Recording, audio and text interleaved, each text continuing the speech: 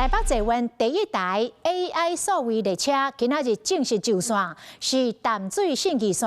这台列车会当监测乘客伫咧车厢刷动的状况，然后突发的事件会自动来通报。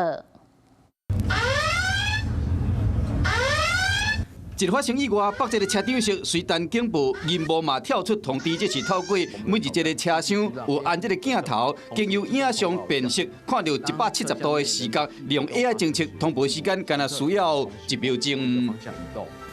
先下车，先下车。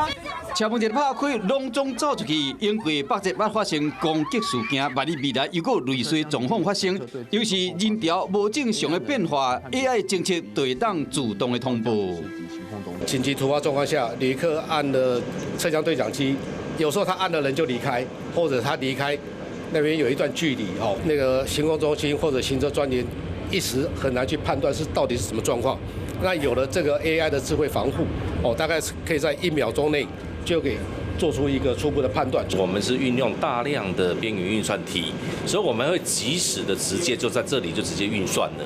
来进行。北捷头一台 AI 数位列车今日伫淡水信义线启程，总共60车厢，除了有 AI 侦测系统，嘛增加立体显示面板，那这到站的资讯显示器，有增加月台楼站加出口的资讯等等。有时候我会去注意说，目前是到哪一站的状况呢？如果能够列举出，它在安全上能够有哪些防范，然后降低大家的整体风险，那我觉得可能会比较有感一点。 对民众来讲，坐北捷到站的资讯敢有清楚，这真要紧。同时，车伫驶时，车厢算是密闭的空间，万一发生紧急的状况，人客无地走，所以讲免法有效应用 AI， 把每分每秒成为发展的重点。车厢有空位时一同。 Hello， 我是林明瑞。想要抢先掌握最及时的新闻资讯吗？赶快订阅、按赞、开启小铃铛，锁定我们华视新闻的 YouTube 频道。